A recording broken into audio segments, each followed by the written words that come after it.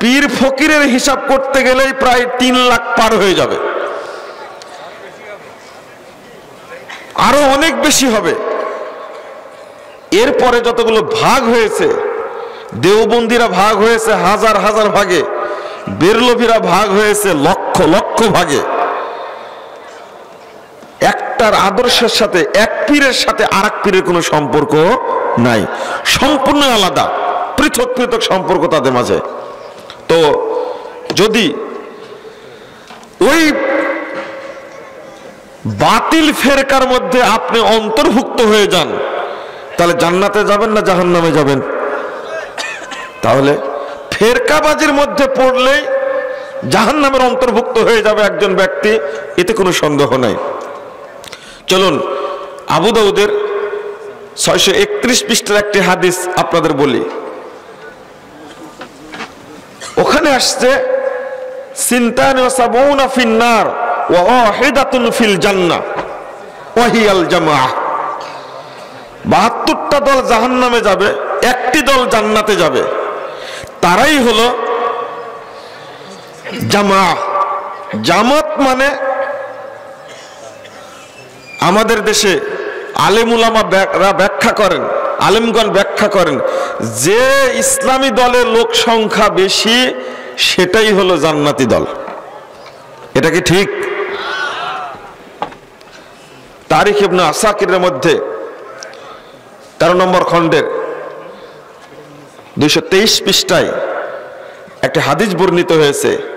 ইবনু মাসউদ রাদিয়াল্লাহু আনহু তিনি তার বন্ধুকে বুকে থাবা দিয়ে জিজ্ঞেস করছেন, তুমি কি জানো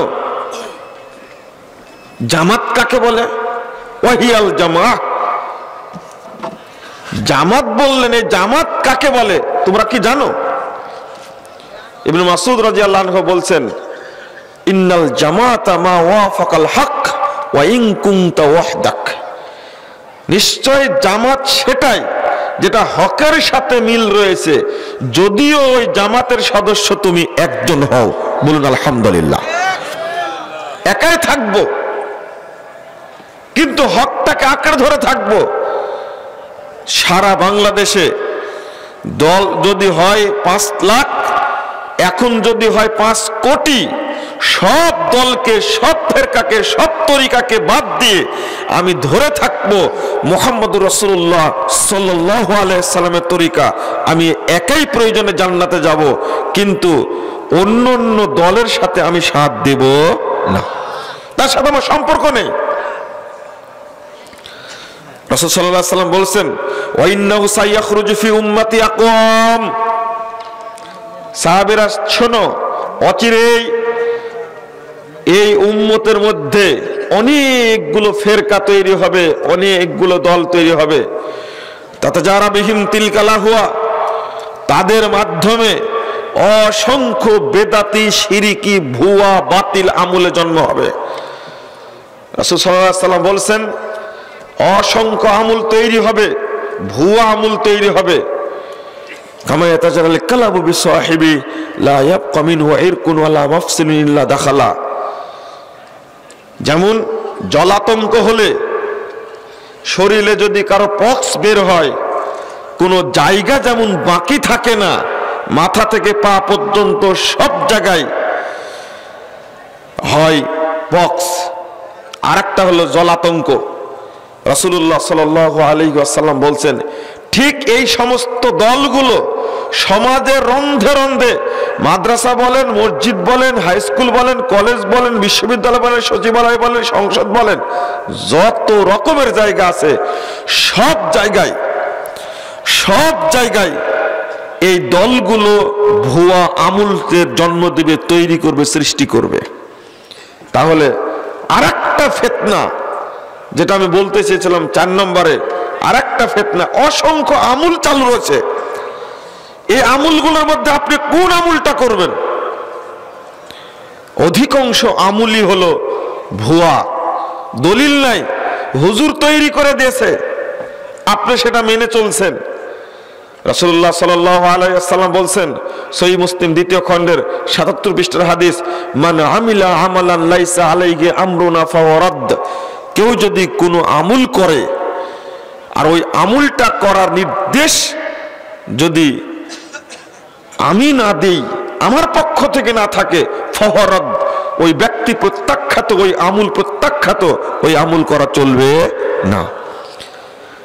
যেখানে আল্লাহ রাসূল নির্দিষ্ট করে দিলেন আমল করলে আমার দেখানো পথ অনুযায়ী, পদ্ধতি অনুযায়ী আমি যে আমল করতে বলেছি সে আমলটা করতে হবে, তুমি সে আমল করলে না কেন? হারামের বিরুদ্ধে কথা বলেন, সব চুপচাপ বসে শুনবে। জাহান্নামের ভয়াবহ আযাব সম্পর্কে কথা বলেন, চুপচাপ বসে শুনবে। জান্নাতের ফজিলত বর্ণনা করে আলোচনা করেন, চুপচাপ বসে শুনবে। যদি সালাতের ফজিলত বর্ণনা করেন, চুপচাপ বসে শুনবে। যখনই ভুয়া আমলগুলোকে আলাদা করে দিতে চাইবেন যে এটা হাদিস দ্বারা প্রমাণিত না, এটা জাল হাদিস দ্বারা প্রমাণিত, এটা জয়ীফ হাদিস দ্বারা প্রমাণিত, এই আমল চলবে না, তখনই আপনারা খেপে যাবেন। এটা বাস্তবতা সমাজের। যে আমল আকীদাকে শক্ত করে সে আমল করছি ভুয়া। যদি সালাতের কথা বলি, সালাতের শুরু থেকে শেষ পর্যন্ত যদি বিশ্লেষণ করা হয় তাহলে দেখা যাবে যে পুরোটা সালাতে, ওই যে আপনারা বলেন লোম বাস্তে কম্বল শেষ, সালাতের আহকামগুলো যাচাই করতে গেলে দেখবেন যে আপনি 60 বছর যাবত সালাত আদায় করছেন, কোন সালাত আল্লাহর দরবারে কবুল হয়নি, এটা নবীর সালাত না, এটা সম্পূর্ণ জাল হাদিস ভিত্তিক সালাত, মানব রচিত সালাত। আমরা সম্প্রতি একটা বই আপনাদের কাছে সংকলন করে দিয়েছি, প্রশ্নোত্তরে আরকানুল ইসলাম। এক পাঠক পড়তে গিয়ে এটাই মনে করেছে, 600 পৃষ্ঠার একটা বই, 1330টা প্রশ্নোত্তর আছে। আগে শুধু সালাতে আলাদা করে দিয়েছিলাম, কোনটা সঠিক আর কোনটা বেঠিক, জাল হাদিসের কবলে রাসূল সাল্লাল্লাহু আলাইহি ওয়াসাল্লাম সালাতের মধ্যে। এবার কোন আকীদা সঠিক আর কোন আকীদা বেঠিক, ঈমান পোষণ করতে হবে কিভাবে আর কোনটা বেঠিক সেটা উল্লেখ করা আছে। ওযু, সালাত, হজ, যাকাত, কুরবানি, তারপরে সিয়াম, সবগুলো যখন আলাদা করে দিছি, একজন পাঠক পড়ে বলছে যে আপনি কি লিখেছেন, পড়ে মনে হচ্ছে যে আমার ঈমানই নাই। আমি বললাম যে আপনি আরো পড়তে থাকেন, যে ঈমানই থাকছে না পড়তে গেলে, তাহলে আরো পড়বো কেন? আমি বললাম তারপরে ওযু অধ্যায়টা পড়েন, প্রশ্নোত্তরগুলো পড়েন, আপনি দেখবেন আপনার কাছে মনে হবে এ যাবৎ যত ওযু করেছি একটাও রাসূলের তরিকায় হয়নি, আরো খেপছে আমার উপরে। আপনি নামাজ অধ্যায়টা পড়েন, যাচাই করেন, আপনি চিন্তা করেন, পড়লে বুঝতে পারবেন 60 বছর যাবৎ সালাত আদায় করছি, এই সালাত নবীর সালাত না। আলহামদুলিল্লাহ, আল্লাহ তাকে হেদায়েত দান করেছেন।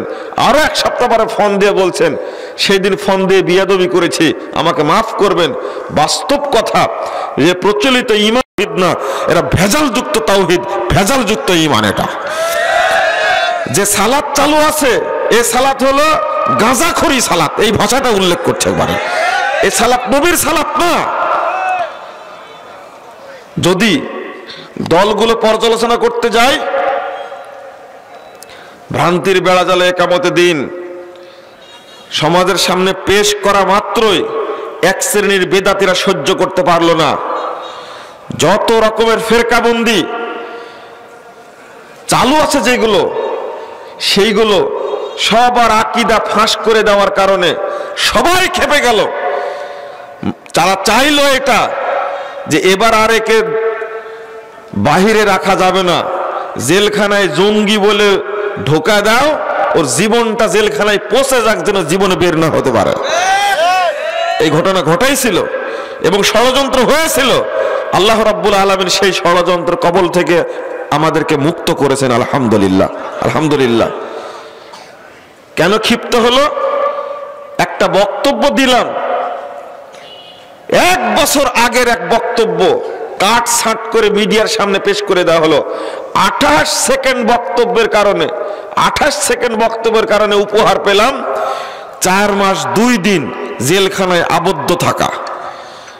তবে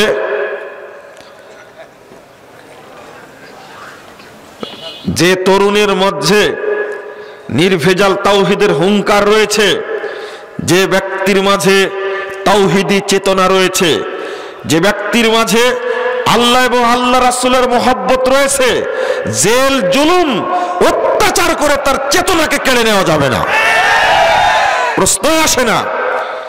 এদেশের সন্তান আমিও লক্ষ লক্ষ দল তৈরি করে, পথ তৈরি করে, আকীদার জন্ম দিয়ে এদেশের কোটি কোটি মানুষকে পথভ্রষ্ট করছে, ধরে ধরে মুশরিক বানাচ্ছে, আর আমরা তার বিরুদ্ধে কথা বলবো না, এটা হতে পারে না।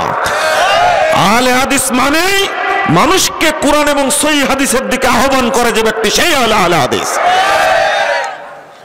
আমি বলবো না মানে খারিজের বিরুদ্ধে বলবো, শিয়াদের বিরুদ্ধে বলবো, মুরজিয়ার বিরুদ্ধে বলবো, জাহমিয়ার বিরুদ্ধে বলবো, কাদরিয়ার বিরুদ্ধে বলবো, জাবরিয়ার বিরুদ্ধে বলবো, সুফিবাদের বিরুদ্ধে বলবো, মাযহাবী তরিকার বিরুদ্ধে বলবো, সিস্তিয়ার বিরুদ্ধে বলবো, মুজাদ্দিদের বিরুদ্ধে বলবো, নকশবন্দির বিরুদ্ধে বলবো, কাদরিয়ার বিরুদ্ধে বলবো, আমি কোয়ান্টাম মেথডের বিরুদ্ধে বলবো। যদিও আজকে বাংলাদেশের অধিকাংশ শিক্ষিত মানুষ একটা শয়তানের ফাঁদ, বর্তমান আধুনিক যুগের সংস্কারে নোংরা সুফিবাদের সংস্কার হলো কোয়ান্টাম মেথড। আর একটা নোংরা জঘন্য মতবাদ বের হয়েছে লালন ফকিরের মতবাদ। এই শিক্ষিত তথাকথিত সুশীল সমাজ এই বদ লালন ফকিরের বক্তব্য গান না শুনলে নাকি ঘুম হয় না। এটা এরা সুশীল সমাজ যে লালন একটা জান্নাত সম্পর্কে জাহান্নাম সম্পর্কে নোংরা উক্তি করে গেছে, তার গান না শুনলে এক শ্রেণীর মানুষের শিক্ষিত মানুষের নাকি ঘুম হয় না, এরকম কথা বলে। এর চাক্ষুষ দেখা, সকালে ঢাকায় যাচ্ছে গাড়িতে, বাসে, তখন সামনে থেকে এক ভদ্রলোক বলছে, লালনের গানটা বাজাও, সকালে যদি লালনের গান না শুনি তো সারাদিন তৃপ্তি অনুভব করি না। এই ইবলিশ শয়তান, একবার ডাইরেক্ট শয়তান। যদি তার আকীদাগুলো পরিষ্কার না করি, মানুষকে যদি না জানায়, তাহলে হকটা জানবে কি করে? প্রচলিত সবচেয়ে বেশি ক্ষতি করছে, সবচেয়ে বেশি ক্ষতি করছে বর্তমানে এই মুরব্বীদের তবলিগ জামাতের থিওরি সারা দেশটাকে একবার ইসলামের 12টা বাজিয়ে দিয়েছে। এবারে যদি হকটা না বলি, পরিষ্কার যদি না করে দেই, তাহলে মানুষ বুঝবে কি করে, হকটা পাবে কি করে? অনুরূপভাবে পীর ফকিরের নামে দেওবন্দি মতবাদটা কি, বেরলভী মতবাদটা কি, যেগুলো চলছে বর্তমানে বেরলভী মতবাদের নামে, সেইগুলো কি? এই ফেরকাবন্দি যে না বুঝে হকটা মানুষ পরিষ্কারভাবে বুঝতে পারবে না, পার কোনো সুযোগ নাই। আল্লাহ রাব্বুল আলামিন বলছেন সূরা আরাফ 181 নম্বর আয়াত, ওমিম্মান খলাকনা উম্মাহ ইয়াহদুনা বিল হক ওয়া বিহি ইয়াদিলুন। যত দলকে আমি সৃষ্টি করেছি, যত কাফেলা রয়েছে, আল্লাহ রাব্বুল আলামিন বলছেন তার মধ্যে একটা কাফেলা রয়েছে ইয়াহদুনা বিল হক, যারা হক পথে পরিচালিত হয়, ওয়া বিহি ইয়াদিলুন, এবং ওই হককে প্রতিষ্ঠা করার প্রচেষ্টা চালায়, ওই হক অনুযায়ী ফয়সালা করে। আল্লাহ রাব্বুল আলামিন এখানে কার কথা বললেন, কাদের কথা বললেন? এখানে প্রত্যেকটি তাফসিরে দেখবেন, তাফসির ইবনে কাসির, তাফসিরে কুরতুবী, তাফসিরে ফাতুল কাদির, তাফসিরে তাবারি থেকে শুরু করে নিয়ে সালাফি বিদ্বানগণ যে তাফসিরগুলো করেছেন, এই আয়াতের ব্যাখ্যায় একটি হাদিস তারা উল্লেখ করেছেন। সহিহ মুসলিমের 2য় খণ্ডের 143 পৃষ্ঠার হাদিস। রাসূলুল্লাহ সাল্লাল্লাহু আলাইহি ওয়াসাল্লাম বলছেন, লা তাযালু তায়ফাতুম মিন উম্মতি যাহিরিন আলাল হক লা ইয়াদুররুহুম মান খাযালাকুম হাত্তা ইয়াতি আমরুল্লাহ ওয়া হুম কাযালিক। আল্লাহ রাসূল সাল্লাল্লাহু আলাইহি ওয়াসাল্লাম বলছেন, আমার উম্মতের মধ্যে সর্বদা একটি দল হকের উপরে বিজয়ী থাকবে, তাদের বিরোধীরা তাদের ক্ষতি করতে পারবে না, ইতিমধ্যেই কিয়ামত চলে আসবে, তারা ওইভাবেই থাকবে। বলুন আলহামদুলিল্লাহ। এই হাদিসটা শক্তি যোগায়, চেতনা যোগায়। তুমি যতই নির্যাতন করো না কেন, নির্যাতন করে নির্মূল করতে পারবে না।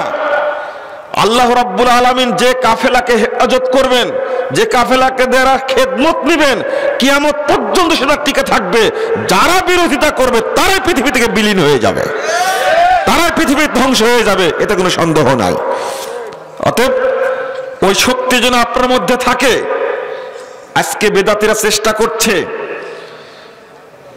আরো আশ্চর্য হবেন, ভোলায় আহলে হাদিস মসজিদ পুড়িয়ে দিল। যাদেরকে আপনি যাদের সম্পর্কে সহানুভূতি নিয়ে কথা বলবেন, যাদেরকে নরম কথা বলবেন, ভোলার মসজিদটা পুড়িয়ে দিল। এই যত বেদাতি আলেম আছে আর বেদাতি খতিব আছে, লাখ লাখ মসজিদের খতিব আছে, একজন বেদাতি খতিব এই ভোলা মসজিদের পুড়িয়ে দেওয়ার বিরুদ্ধে কোনো উক্তি করেছে? একদলও উক্তি করেনি। প্রত্যেকের মৌন সম্মতি আছে যে এইভাবে সব আহলে হাদিস মসজিদকে পুড়িয়ে দাও তোমরা। মৌন সম্মতি তাদের। কেন বলতে পারলো না? বাইতুল মোকাররমের জামে মসজিদ জাতীয় মসজিদ বলা হয়, খতিব কেন বলতে পারলো না এই কথা? আজাদ মসজিদ বিশাল, বনানী মসজিদ বিশাল, বড় বড়, শুধু ইমাম না, বাংলাদেশের কোন বেদাতি আলেমের মুখ থেকে বের হয়নি যে মসজিদ পুড়িয়ে দেওয়া অন্যায়। আহলে হাদিসরা কখনো হানাফিদের পিছনে সালাত আদায় করতে বাধা দেয় না, নিষেধ করে না। অতএব তাদের পিছনে সালাত জায়েজ, মসজিদ পুড়িয়ে দেওয়া হবে কেন? এটা কি শিয়াদের মসজিদ? এটা কি কাদিয়ানীদের মসজিদ? আহলে হাদিস মসজিদ পুড়িয়ে দিবে যারা সবচেয়ে কোরআন এবং সহিহ হাদিসের অনুসরণ করে, তার বিরুদ্ধে একজন বেদাতি আলেম কথা বলেনি। ওদের মৌনসম্মতি আছে। আপনাদের ওই জিনিসটাই বুঝতে হবে। আমি বক্তব্য মাঝে মাঝে বলি, আরে পীর পূজা শিরিক, কবর পূজা শিরিক, খানকা পূজা শিরিক, গাছ পূজা শিরিক, খাম্বা পূজা শিরিক, মাছ পূজা শিরিক, কবর পূজা শিরিক। আহলে হাদিসদেরকে এটা বুঝাতে পেরেছি। রাজনৈতিক ভাবে যে শিরিক চালু রয়েছে, এই শিরিক যেদিন বুঝাতে পারবে আহলে হাদিস ভাইদেরকে, সেই দিন বাংলার বুকে নির্ভেজাল তাওহীদের বিজয় ঘটবে ইনশাআল্লাহ। কেন এত বড় সাহস পেল কি করে? ভাটাল ভাটাল নেতা আহলে হাদিসদের মধ্যে নাই? একটা ফোন দিলে ভোলা জেলার ডিসি সাহেব সঙ্গে সঙ্গে পেশাব করে ফেলবে, এরকম নেতা নাই আহলে হাদিসের?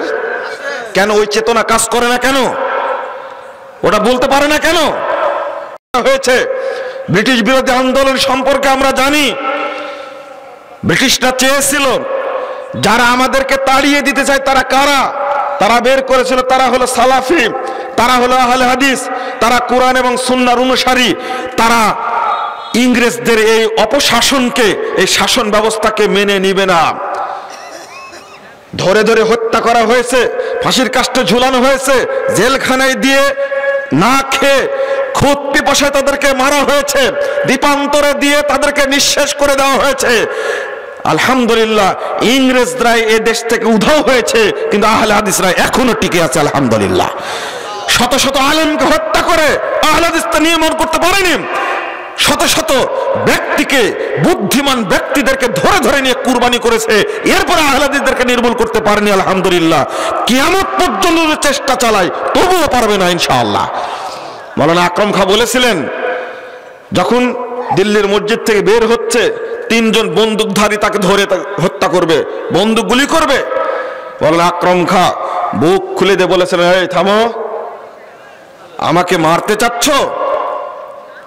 এই বন্দুকের গুলি দিয়ে বহুদিন ধরে পাখি মেরেছি, বন্দুকের গুলিকে আমি আকরাম খাঁ ভয় পাই না।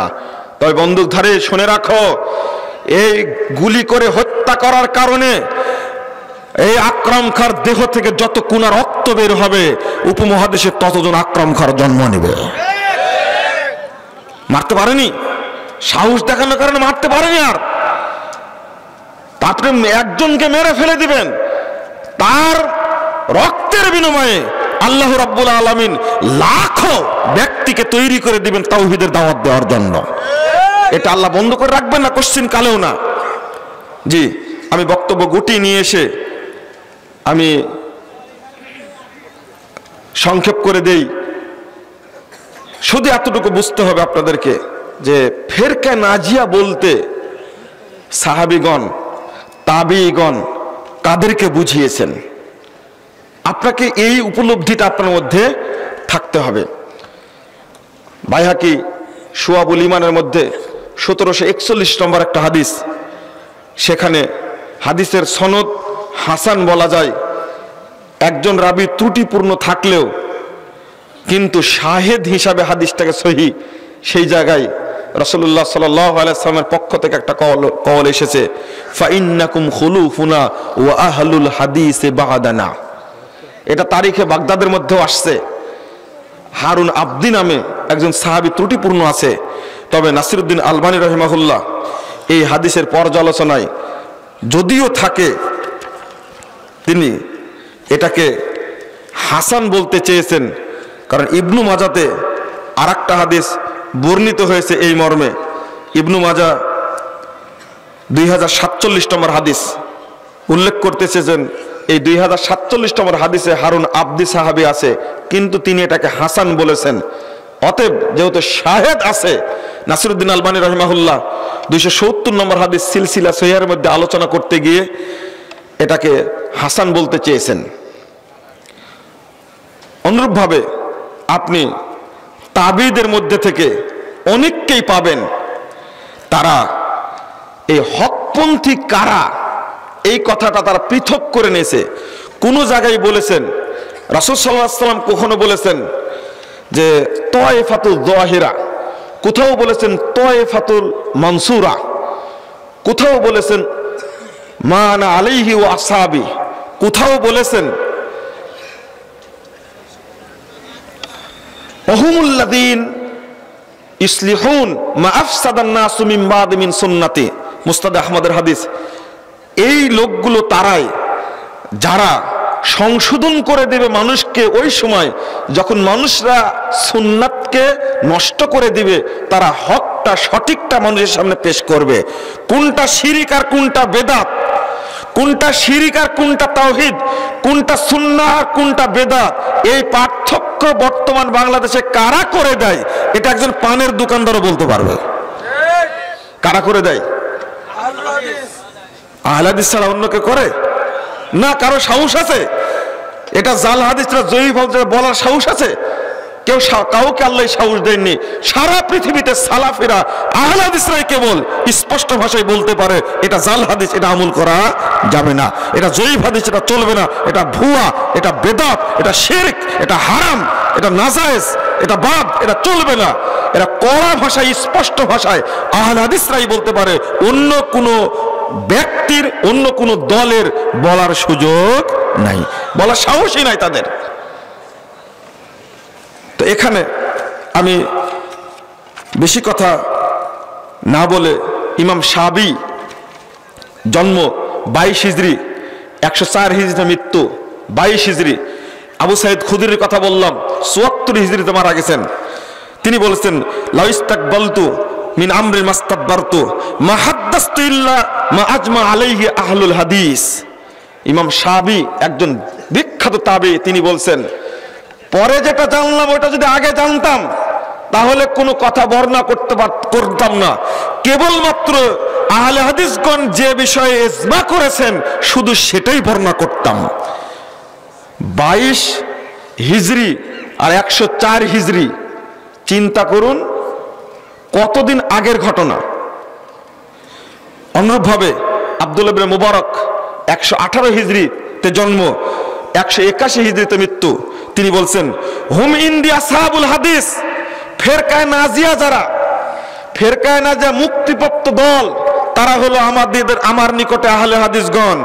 ওয়াকাল আসবাতুন নাস আলা সিরাতে আসহাবুল হাদিস। আলহামদুলিল্লাহ, সিরাতে মুস্তাকিমের পথে সবচেয়ে দৃঢ় যারা, তারাই হলো আহলে হাদিস। বলুন আলহামদুলিল্লাহ। ইমাম শাফি রাহিমাহুল্লাহ তিনি বলছেন, ইমাম শাফির জন্ম 204 হিজরিতে, মৃত্যু 150 হিজরিতে জন্ম, 204 হিজরিতে মৃত্যু। তিনি বলছেন ইদা রাআইতু রাজুলাম মিন আসহাবিল হাদিস কান্নী রাআইতুন নবিয়্য সাল্লাল্লাহু আলাইহি ওয়াসাল্লাম হাইয়া। আমি যখন কোনো আহলে হাদিস ব্যক্তিকে দেখি জীবিত, আমি যখন কোনো আহলে হাদিস ব্যক্তিকে দেখি, ইদা রাআইতু রাজুলাম মিন আসহাবিল হাদিস কান্নী রাআইতু নবী সাল্লাল্লাহু আলাইহি ওয়াসাল্লাম হাইয়া, তখন যেন স্বয়ং মুহাম্মদ সাল্লাল্লাহু আলাইহি ওয়াসাল্লামকে জীবিত অবস্থায় দেখতে পাই। আহলে হাদিসদের চেহারার দিকে তাকালেই বোঝা যায়, কিন্তু আপনার চেহারার দিকে তাকালে কি বোঝা যায় আপনি সালাফি, আপনি আহলে হাদিস? বোঝা যায়? কি চমৎকার, মুখে নাই দাড়ি, টাকরু নিচে কাপড়, সালাত আদায় করেন তো বেদাতি মার্কা। তা আপনাকে দেখলে তো বোঝা যায় না যে আপনি আহলে হাদিস মানুষ। ইমাম শাফির বক্তব্যটা অতীব চমৎকার, খুব গুরুত্বপূর্ণ। 161 হিজরির জন্ম, 234 হিজরিতে মৃত্যু। ইমাম বুখারী শিক্ষক আলী ইবনুল মাদানী তিনি বলেছেন, ওয়াহুম আহলুল হাদিস ওয়াল্লাযীনা ইয়াতাহাদুনা মাযাহিবার রাসূল। শারফে আসহাবুল হাদিস এর রেফারেন্সগুলো আমি দিচ্ছি। শারফে আসহাবুল হাদিস 47, 48, 36 পৃষ্ঠা, 25 পৃষ্ঠার মধ্যে আলোচনাগুলো আসছে। তিনি বলছেন ওয়াহুম আহলুল হাদিস, ফেরকায়ে নাজিয়া এরা হলো আহলে হাদিস। আল্লাযীনা ইয়াতাহাদুনা মাযাহিবার রাসূল, যারা রাসূল সাল্লাল্লাহু আলাইহি ওয়াসাল্লামের পথকে আঁকড়ে ধরে থাকে। লাউলাহুম ওয়াইযুবুনাল ইলম, এবং তারা ইলমকে হেফাজত করে যখন ইলমের উপরে আক্রমণ আসে। লাউলাহুম, যদি পৃথিবীতে তারা না থাকতো, আহলে হাদিসগণ পৃথিবীতে যদি না থাকতেন, লাম নাজিদানিল মুতাজিলা ওয়ার রাফিদা ওয়াল জাহমিয়া ওয়া আহলিল ইরদাই ওয়ার রাই শাইয়্যাম মিনাস সুনান। রাফেজি বলো, জাহমিয়া বলো, মুতাজিলা বলো, আরো যত মুরজিয়া বলো, আরো যত ইসলামের নামে দল আছে, তাদের কারো কাছে আমরা সুন্নাত আশা করতে পারতাম না। কতদিন আগের বক্তব্য কখন বলে গেছেন। অনুরূপভাবে ইমাম আহমদ বিন হাম্বল রাহিমাহুল্লাহ, তাকে প্রশ্ন করা হয়েছিল এই হাদিসটা সম্পর্কে। 73 দলের মধ্যে 72 দল জাহান্নামে যাবে, একটি দল জান্নাতে যাবে, ওই দলটা কোন দল? ইমাম আহমদ বিন হাম্বল রাহিমাহুল্লাহ, জন্ম 164 হিজরিতে, মৃত্যু 241 হিজরিতে, তিনি বলছেন ইল্লাম ইয়াকুনু আসহাবাল হাদিস ফালা আদ্রি মানহুম, লা আদ্রি মানহুম, যদি তারা আহলে হাদিস না হয় অন্য কোন দল সেটা আমার জানা নাই। আলহামদুলিল্লাহ, আলহামদুলিল্লাহ। অনুরূপভাবে ইমাম বুখারী রাহিমাহুল্লাহ 194 হিজরিতে জন্ম, 256 হিজরিতে মৃত্যু। তিনি বলছেন এই হাদিসের ব্যাখ্যা করতে গিয়ে, ইয়ানি আসহাবাল হাদিস, অর্থাৎ যারা আহলে হাদিস, কুরআন এবং হাদিসের অনুসারী, তারাই হলো মুক্তিপ্রাপ্ত দল। বলুন আলহামদুলিল্লাহ। 256 পৃষ্ঠা আমি আর দুইটা তথ্য পেশ করে বিদায় নিচ্ছি। উসুলুদ দ্বীন একটা বই, আব্দুল কাহের বাগদাদির, তিনি আলোচনা করছেন সগুর রোম ওয়াল জাজিরা ওয়া সগুর শাম ওয়া সগুর আজারবাইজান ওয়া বাবিল আবওয়াব কুল্লুহুম আলা মাযহাবি আহলিল হাদিস মিন আহলিস সুন্নাহ। তিনি বলছেন রোম সীমান্ত, আলজেরিয়া, সিরিয়া, আজারবাইজান, বাবুল আবওয়াব প্রভৃতি, অর্থাৎ মধ্য তুর্কিস্তান এলাকার সকল মুসলিম অধিবাসী আহলে হাদিস ছিলেন। এমনিভাবে আফ্রিকা, স্পেন এবং পশ্চিম সাগরের পশ্চাৎবর্তী দেশসমূহের সকল মুসলমান আহলে হাদিস ছিলেন। বলুন আলহামদুলিল্লাহ। উসুলুদ দ্বীন 317 পৃষ্ঠার মধ্যে আলোচনা করেছেন। এটা আজকের আলোচনা না, 429 হিজরির আলোচনা। কত? 429 হিজরি। আমি বইগুলো নিয়ে আসবো, ভুলে গেছি। আহসানুত তাকাসিম ফি মারিফাতিল আকালিম, এই বইটা অনেক কষ্ট করে সংগ্রহ করলাম। এই বইটা 375 হিজরিতে সংকলন করা। 375 হিজরির আগে উপমহাদেশে সবচেয়ে বেশি মানুষের সংখ্যা ছিল আহলে হাদিসের। আলহামদুলিল্লাহ। পরবর্তীতে চেঞ্জ হয়ে গেছে। তিনি ওই বইটা আহসানুত তাকাসিম ফি মারিফাতিল আকালিম 196 পৃষ্ঠার মধ্যে এই কথাটা উল্লেখ করেছেন। বন্ধুরা, আবার আমি আর দুইটা তথ্য, 1 নম্বর খতিব বাগদাদি রাহিমাহুল্লাহ, তিনি তার বইয়ের মধ্যে উল্লেখ করেছেন। আমি ওই আয়াতটি আগে পেশ করি, আপনাদের বলবো আপনারা কোরআন এবং সুন্নাহর পথটা খুঁজে বের করুন। আগে যে 4টা জিনিস বলেছি, এই 4টা জিনিসের ব্যাপারে সচেতন থাকুন। সূরা বনী ইসরাঈল 171 নম্বর আয়াতে আল্লাহ বলছেন ইয়াউমা নাদউ কুল্লা উনাসিম বিইমামিহিম, কাল কিয়ামতের মাঠে আমি প্রত্যেকটা মানুষকে তার ইমাম সহ ডাকবো। কাল কিয়ামতের মাঠে আপনার ইমাম হবেন কে? কে? মুহাম্মদ রাসূলুল্লাহ সাল্লাল্লাহু আলাইহি ওয়াসাল্লাম, না অন্য কেউ হবেন? এই আয়াতের ব্যাখ্যা দিতে গিয়ে তাফসির ইবনে কাসিরের মধ্যে ইমাম ইবনে কাসির একজন বিদ্বানের উক্তি তুলে ধরে বলেছেন, হাদা আকবারু শারাফিল লিআসহাবিল হাদিস লিআন্না ইমামাহুমুন নবী সাল্লাল্লাহু আলাইহি ওয়াসাল্লাম। আলহামদুলিল্লাহ, তিনি বলেছেন এই আয়াতের মধ্যে বড় মর্যাদা রয়েছে আহলে হাদিসদের জন্য, কারণ কাল কিয়ামতের মাঠে তাদের ইমাম হবেন স্বয়ং মুহাম্মদুর রাসূলুল্লাহ সাল্লাল্লাহু আলাইহি ওয়াসাল্লাম। 392 হিজরিতে জন্ম, 463 হিজরিতে মৃত্যু। আবু বকর খতিব বাগদাদি তিনি বইটা লিখেছেন শারাফু আসহাবিল হাদিস, আহলে হাদিসদের মর্যাদা সম্পর্কে। তিনি বলেছেন, কুল্লু ফিয়াতিন তাতাহাইয়াদু ইলা আহওয়া ওয়া তারজিউ ইলাইহি তাস্তাহসিনু রায়না তাকিফু আলাই। বন্ধুরা আমার, বাগদাদে বসে থেকে লিখছেন, সারা পৃথিবীতে যত মানুষ আছে প্রত্যেকেই নিজস্ব প্রবৃত্তির অনুসরণ করে, তার রায়কে সে ভালো মনে করে, তার উপরে প্রতিষ্ঠিত থাকে। সিওয়াই আসহাবিল হাদিস, তবে আহলে হাদিসগণ নয়। কারণ ফাইনাল কিতাবা উদ্দাতুহুম ওয়াস সুন্নাতু হুজ্জাতুহুম ওয়ার রাসূলু ফিয়াতুহুম ওয়ান নিসবাতু ইলাইহিম। আলহামদুলিল্লাহ, তিনি বলেছেন শুধু আহলে হাদিসরা বাদ দিয়া, কারণ আহলে হাদিসের রায়ের অনুসরণ করে না। কেন? ফাইনাল কিতাবা উদ্দাতুহুম, মহাগ্রন্থ আল কোরআন হলো তাদের মূল হাতিয়ার, ওয়াস সুন্নাতু হুজ্জাতুহুম, রাসূলের সুন্নাত হলো তাদের মূল দলিল, ওয়ার রাসূলু ফিয়াতুহুম, স্বয়ং মুহাম্মদ সাল্লাল্লাহু আলাইহি ওয়াসাল্লাম হলেন তাদের দলনেতা। বলুন আলহামদুলিল্লাহ। তিনি আরো অনেক শক্ত কথা বলেছেন, আলোচনার সুযোগ নেই। বন্ধুরা আমার, আমি ফিরে যাচ্ছি আর একটা বক্তব্য। ইবনে তাইমিয়া রাহিমাহুল্লাহ বলছেন, আহলুস সুন্নাহ ওয়াল জামাআহ মিনহাজুস সুন্নাহ প্রথম খণ্ডের 256 পৃষ্ঠা খুলুন। তিনি বলছেন, আমিন আহলিস সুন্নাহ ওয়াল জামাআহ মাযহাবুন কদীবুন মারুফুন ক্বাবলা আন ইয়াখলুকাল্লাহু আবা হানিফা ওয়া মালিকান ওয়া শাফিয়া ওয়া আহমাদা ফাইন্নাহু মাযহাবুস সাহাবা তালাক্কাহু আন নবিয়্যিহিম। ইমাম ইবনে তাইমিয়া রাহিমাহুল্লাহ বলছেন, আহলে সুন্নাত ওয়াল জামাত এই মাযহাবটি অতি প্রাচীন পরিচিত মাযহাব।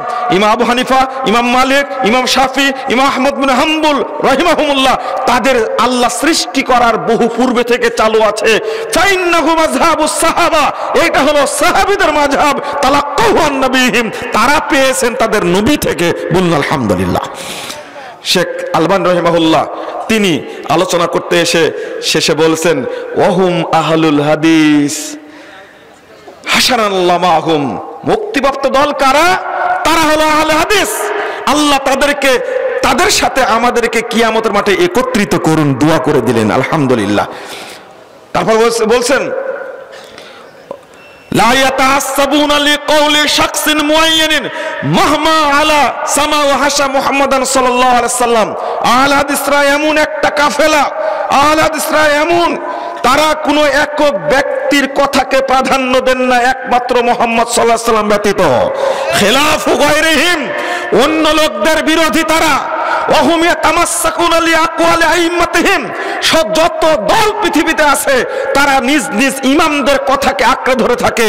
ওয়া আহলুল হাদিস ইয়াতাসাবুনা লিআকওয়ালি নবিয়্যিহিম, আর আহলে হাদিসগণ আঁকড়ে ধরে থাকেন তাদের নবীর বক্তব্যকে। বলুন আলহামদুলিল্লাহ। এরপরে বলছেন, ফালা আদাবা বাদা হাযাল বায়ান, আমি যে বক্তব্য পেশ করলাম এখানে আশ্চর্য হওয়ার কিছু নয়, এখানে আশ্চর্য হওয়ার কিছু নয়। ফাইন্না আহলাল হাদিস হুমুত তাইফাতুয যাহিরা ওয়াল ফিরকাতুন নাজিয়া বাল আল উম্মাতুল ওয়াসাত আশ-শুহাদাউ আলাল খালক। শেষে এসে যে কথা বলে দিয়ে গেছেন আলবানী, এত বড় কথা আহলে হাদিসদের সম্পর্কে পৃথিবীর কোনো বৈদ্যান বলেননি।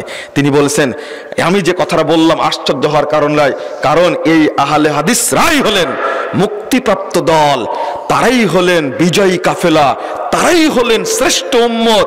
কাল কিয়ামতের মাঠে তারাই নবীর পক্ষ থেকে অন্য উম্মতের জন্য সাক্ষী দিবেন। বলুন আলহামদুলিল্লাহ। এত শক্ত কথা বলেছেন, এই জন্য আলবানীর উপরে বেদাতিরা খুব গুসা, খুব রাগ, আলবানীকে সহ্য করতে পারে না। কথা পরিষ্কার করে বলে দিয়েছেন। আমি বক্তব্যের শেষে বলতে চাইব, ফেরকায়ে নাজিয়ার বৈশিষ্ট্য হলো প্রধান বিষয়। বৈশিষ্ট্যগুলো যদি থাকে তাহলেই যথেষ্ট। আলহামদুলিল্লাহ। আপনাকে পিঠে আহলে হাদিসের সাইনবোর্ড লাগাতে হবে শর্ত না। আপনি যখন কোরআন এবং হাদিস মেনে নিলেন তখন আপনি সালাফি হয়ে গেলেন, তখন আহলে সুন্নাত ওয়াল জামাতে অন্তর্ভুক্ত হয়ে গেলেন, তখন আহলে হাদিস হয়ে গেলেন, তখন আহলে তায়েফাতুল মানসুরা হয়ে গেলেন, তখন তায়েফাতুল যাহিরা হয়ে গেলেন, তখনই আপনি ওয়াহিয়াল জামার অন্তর্ভুক্ত হয়ে গেলেন। আলহামদুলিল্লাহ। আহলে হাদিসরা চাই সারা পৃথিবীর মানুষ কোরআন এবং সহিহ সুন্নাহর প্ল্যাটফর্মে একত্রিত হোক এবং আল্লাহর পক্ষ থেকে বিজয় লাভ করুক, এটাই তাদের উদ্দেশ্য। যদি এটাতে ব্যত্যয় ঘটে তাহলে আমরা পারবো না। বন্ধুরা আমার, আমাদের প্রচেষ্টা চালাতে হবে রাসূল মুহাম্মদ সাল্লাল্লাহু আলাইহি সাল্লামের সেই আকীদা এবং আদর্শে উদ্ধার করার। যদি না করতে পারি তাহলে হবে না। জর্জ বার্নার্ড শয়ের একটা কথা বারবার মনে পড়ে। তিনি বলেছিলেন, বিশ্বযুদ্ধকে লক্ষ্য করে দুইটা বিশ্বযুদ্ধ পার হয়ে গেছে। জর্জ বার্নার্ড শ বলছে, I believe if man like Muhammad were to assume in the dictatorship of modern world he would succeed in solving in sportsman in way that would bring must needed peace and happiness. তিনি বলছেন, যদি আমি বিশ্বাস করি আজকের বর্তমান যুগের নেতৃত্ব যদি মুহাম্মাদের মতো একজন ব্যক্তি গ্রহণ করতেন, পৃথিবীতে যত অনাচার, দুর্নীতি, অত্যাচার, রক্তের হোলি খেলা আছে সবগুলোকে বিতাড়িত করে সারা পৃথিবীর ব্যাপী সুখ এবং শান্তির বন্যা বয়ে যেতে পারত। তিনি বয়ে দিতেন। এই কথা বলতে চাচ্ছেন, ঠিক মুহাম্মাদের আদর্শের দিকে আবারও ফিরে আসবে। আর আহলে হাদিসরা এটাই চাই। The Ahladis try to go back to first principles and to restore the simple sin purity to faith and practices. Ahladis এটাই চাই, ওই রাসূলের যুগের আকীদা এবং আমলকে উদ্ধার করতে চাই। যদি এটা করা যায় সারা পৃথিবী শান্তিতে ভরে যাবে ইনশাআল্লাহ। আল্লাহ রাব্বুল আলামিন আমাদের তৌফিক দান করুক, আল্লাহুম্মা আমিন। আমি আপনাদের অনুরোধ করব, আপনারা দাওয়াতি কাজের মনোযোগ দিবেন, দাওয়াতি কাজটা বেশি বেশি চালানোর চেষ্টা করবেন, যেন সর্বত্র কোরআন এবং সহিহ হাদিসের বাণী পৌঁছে যায়, সব ঘরে যেন পৌঁছে যায়। তরুণ বৃদ্ধ সবাই মিলে, মহিলা পুরুষ সবাই মিলে দাওয়াতি কাজে আত্মনিয়োগ করব, যেন মানুষরা হক পথটা, হক দলটা, ফেরকায় নাজিয়া চিনতে পারে। আল্লাহ রাব্বুল আলামিন আমাদের তৌফিক দান করুক, আল্লাহুম্মা আমিন। সকলকে আন্তরিক ধন্যবাদ জানিয়ে সবার জন্য কবুলিয়াতের দোয়া করে আল্লাহ রাব্বুল আলামিন আমাদের সকলকে কবুল করুন, আল্লাহুম্মা আমিন। আসসালামু আলাইকুম ওয়া রাহমাতুল্লাহি ওয়া বারাকাতুহু। সুবহানাকাল্লাহুম্মা বিহামদিক আশহাদু আল্লা ইলাহা ইল্লা আনতা আস্তাগফিরুকা ওয়া আতুবু ইলাইকা।